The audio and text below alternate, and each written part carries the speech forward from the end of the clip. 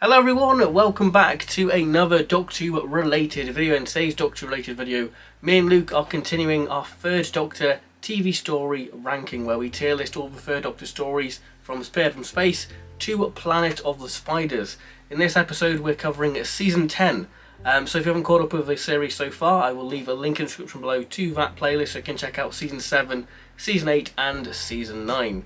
So if you've been enjoying the series, then please do hit that like button, and if you're new around here, then please do consider subscribing because it really does help the channel out, and hey, we want to grow a lovely community. So today we're beginning the end of the third Doctor era. So before we get to that beginning of the end, we've got a multi-Doctor story, a menagerie of monsters, a space war, and a good old mining village. What more do you want from Doctor Who? It's Season 10 of Doctor Who. 3 Doctors. For me, this is comfort Doctor Who. This is like a warm blanket. The 3 Doctors. There's just something so cozy about it for me.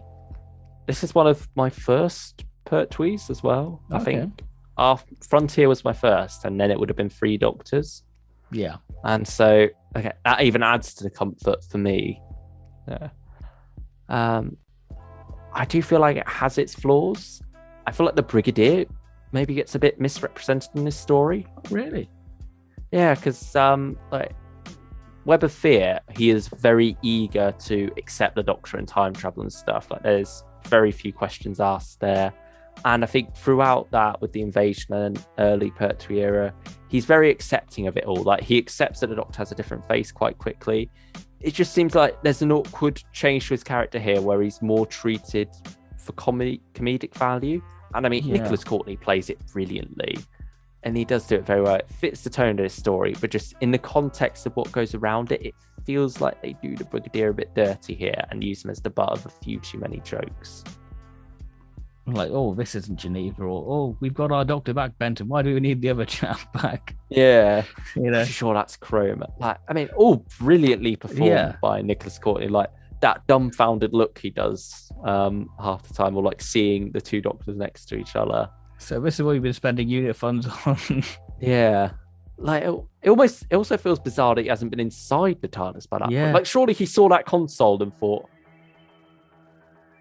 I mean, he saw it in Inferno, didn't he? yeah, exactly. Like, surely he knows that the TARDIS is bigger on the inside than the outside. I mean, like, he accepts that it travels in time and space and stuff before this.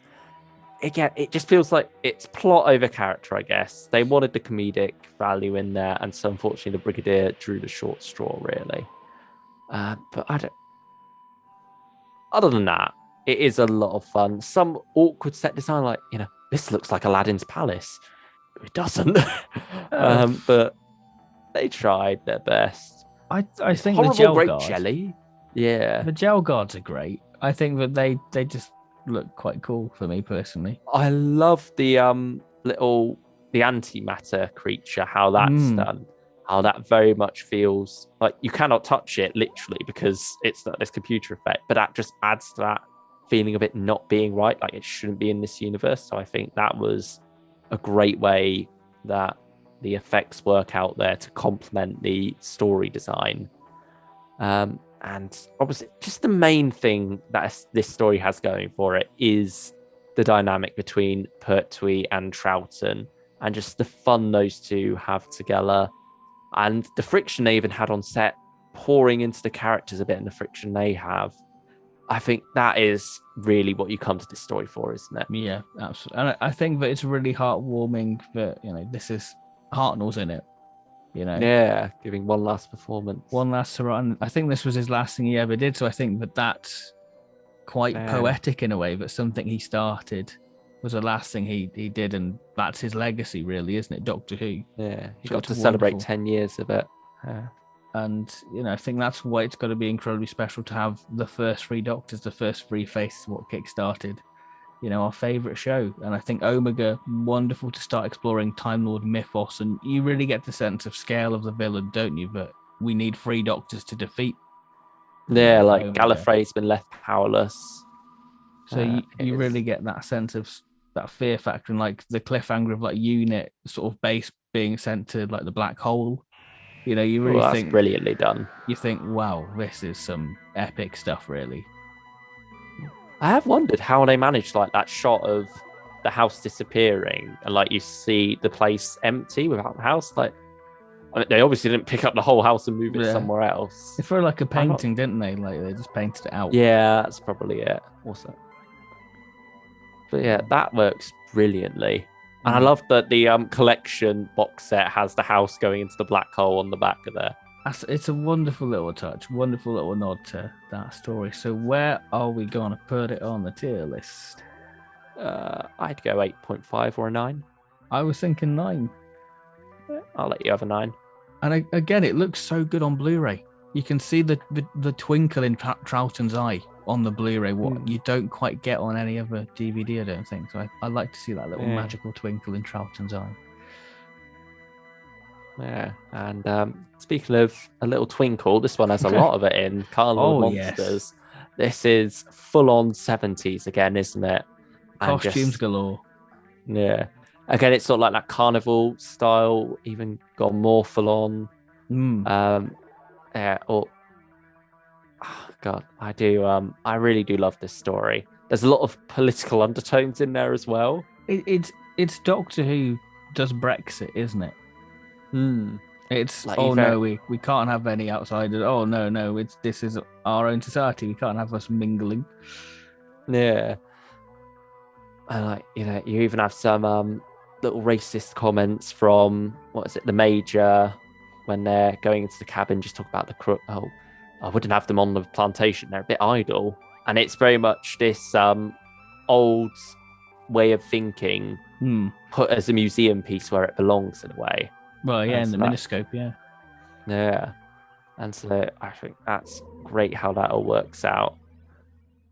And again, just a fun romp, really. Some brilliant lines in there, some brilliant moments between the Third Doctor and Joe as they're trapped, working their way through inside, finding the Doctor's handkerchief again and realising they've going around in circles. I love that scene as well, where it's like, well, take our own problem, lateral thinking, Joe. We can't go up or down, so we've got to go sideways. Sideways, we'll go back on the ship. Rope there, brilliant, Doctor. I think it's just wonderful moments like that, really.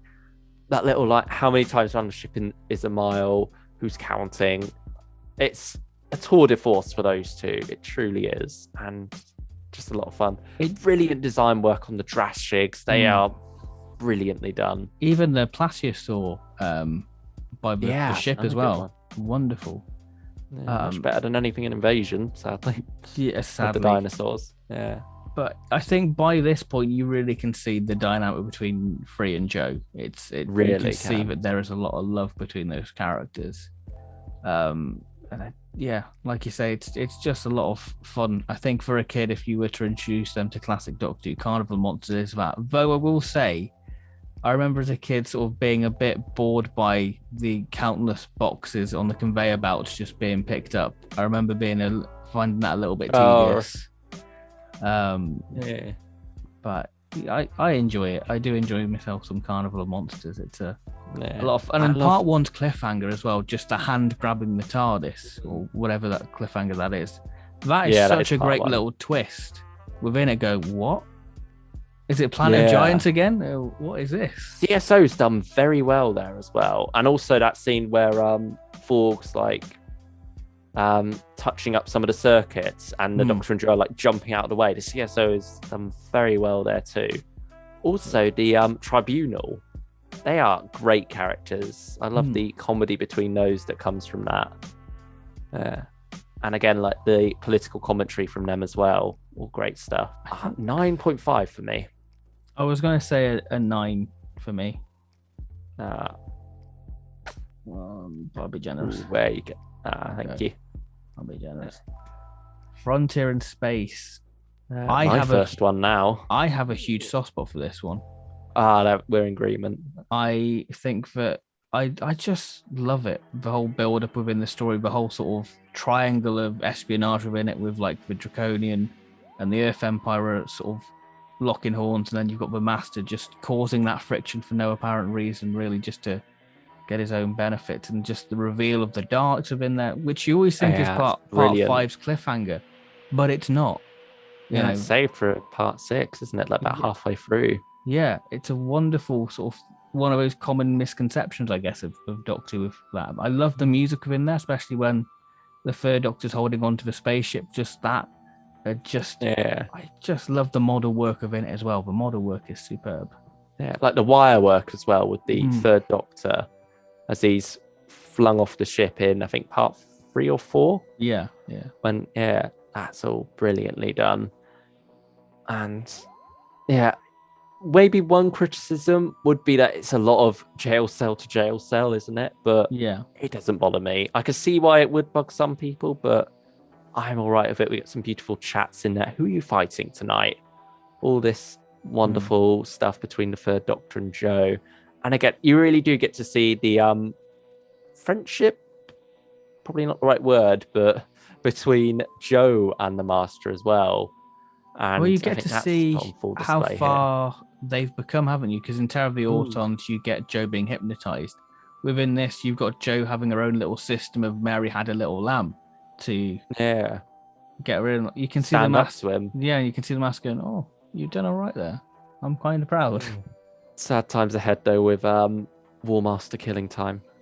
Yeah, but Quiet Night definitely isn't that. No. But yeah, this story, it's brilliant how it all works out there. Maybe another messy ending because they sort of ran out of time a bit. It's just, it wouldn't sting as bad if that wasn't Roger Delgado's final moments on the show. I think another thing what lets down the story, and I'm not a person who says special effects let down the story, but the thing the Ogrons, like the Ogron Eater creature, is just lets it down a little bit personally.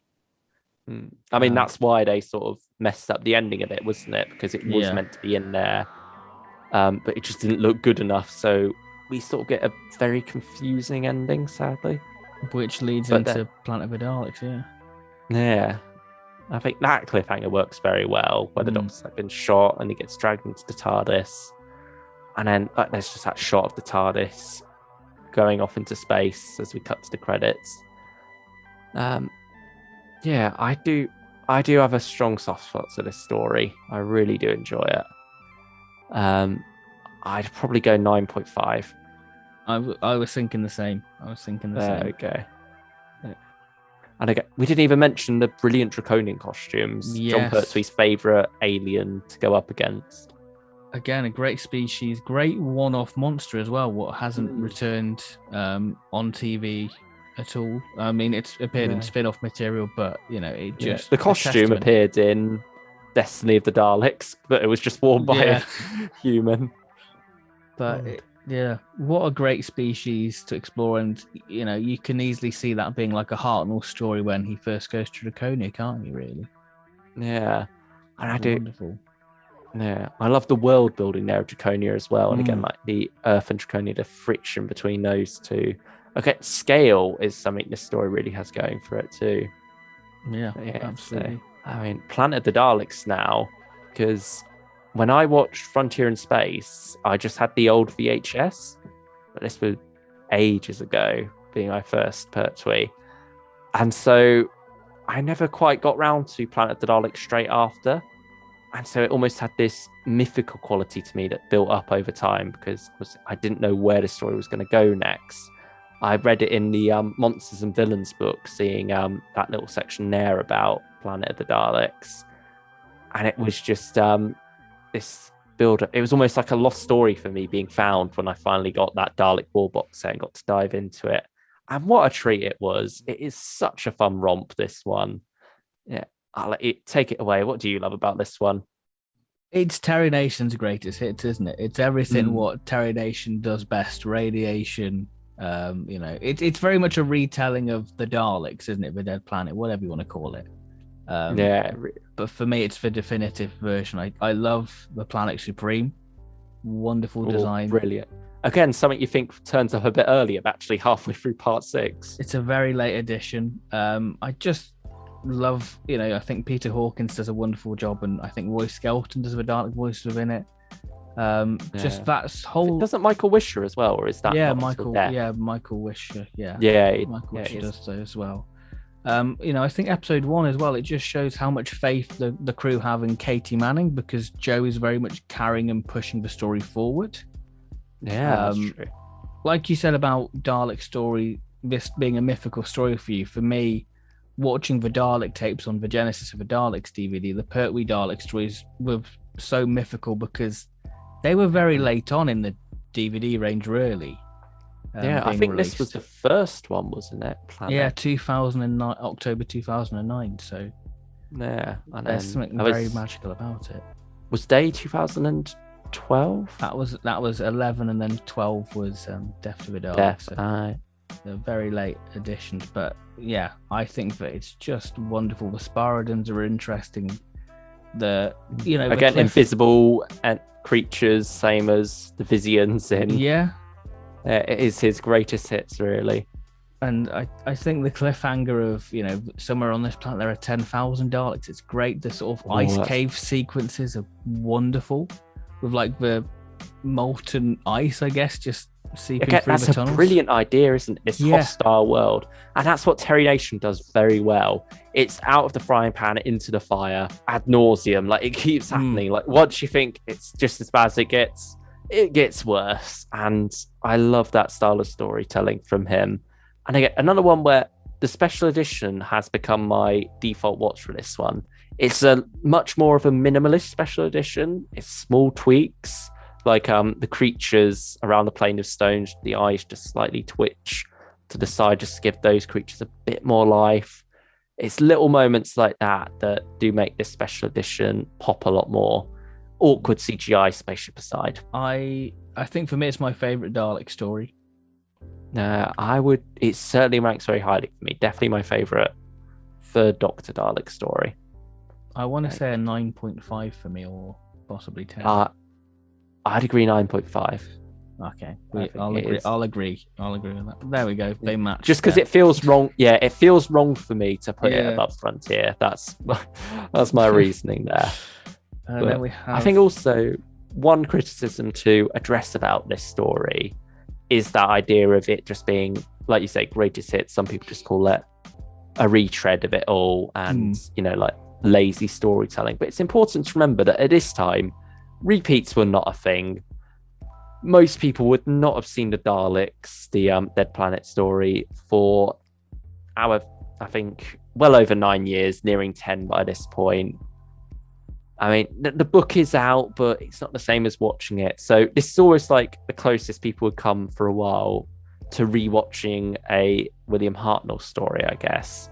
And so I think it's important to remember this in that context now. We're not making media that can be consumed alongside all the rest. This was made as its own entity, really. And so I think that's something to bear in mind next time that criticism is made. I think that's a very valid point. And I like the little third Doctor speech about honouring the people you lost on this mission. Don't glorify war. And I think that's brilliant. A wonderful sentiment to finish on this story, really. Yeah. And then we have, like we said, we had Joe had a bit of a love interest with, one of the Files. This time we see Joe actually have the love interest in the Green Death. It's one of the few times, like, a love interest in a single story, you can really believe it.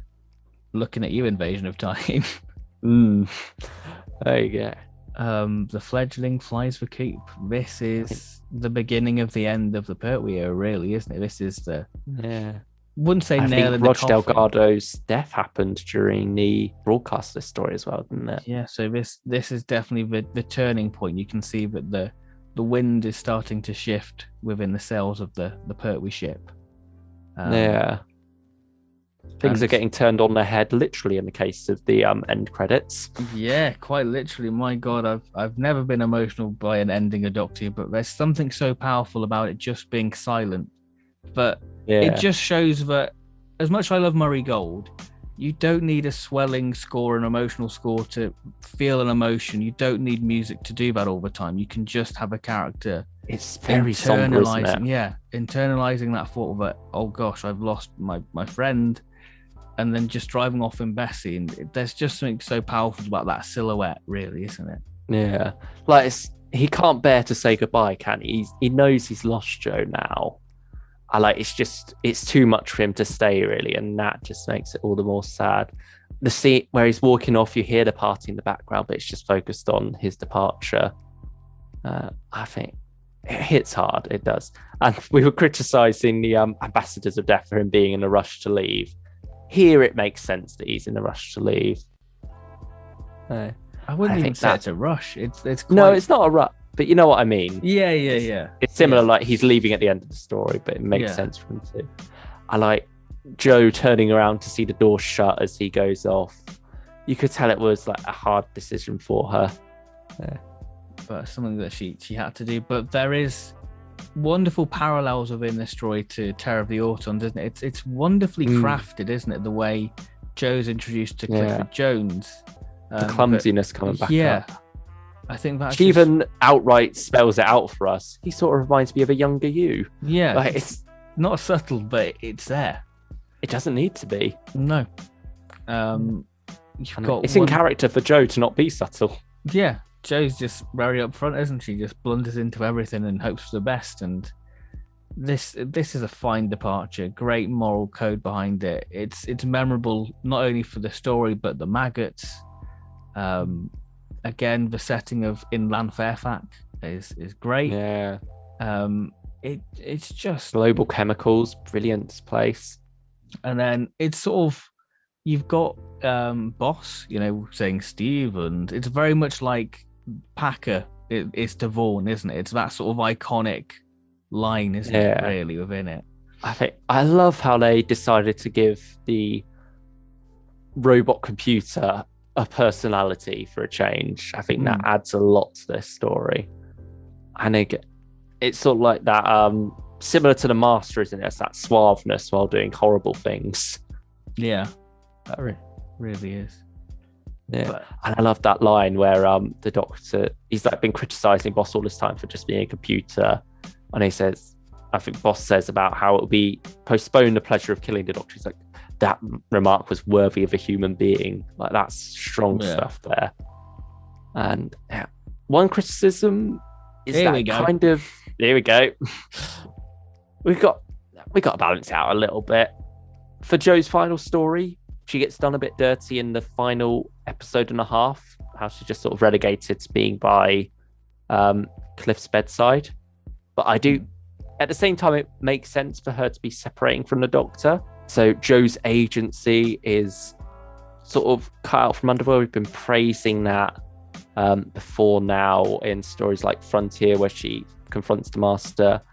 But here, she doesn't have much of that. And it works with going back to that clumsiness of her earlier self. But also, it sort of takes away some of her growth. But it's a minor quibble for me. I still love Joe in this story.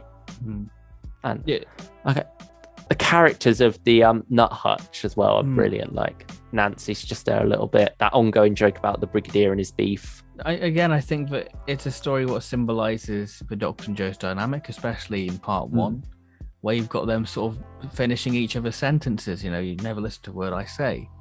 It's just... I mean, her agency is very much there in the first half of the story when she goes out into the mine and such. To do her own. And then you've got lovely Bert. I love Bert. Oh, it's just such a shame he goes so soon.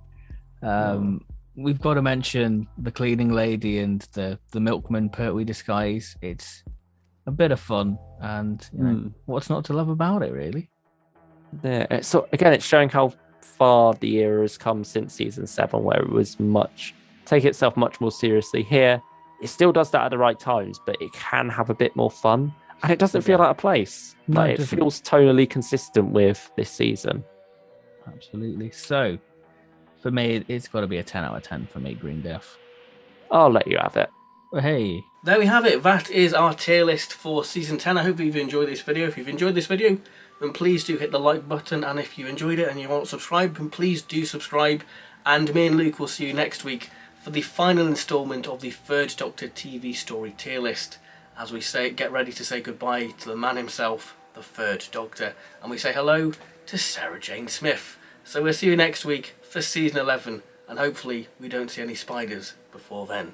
Yes, from maggots to spiders. Anyway, thank you very much for watching, and we'll see you very soon. Bye-bye!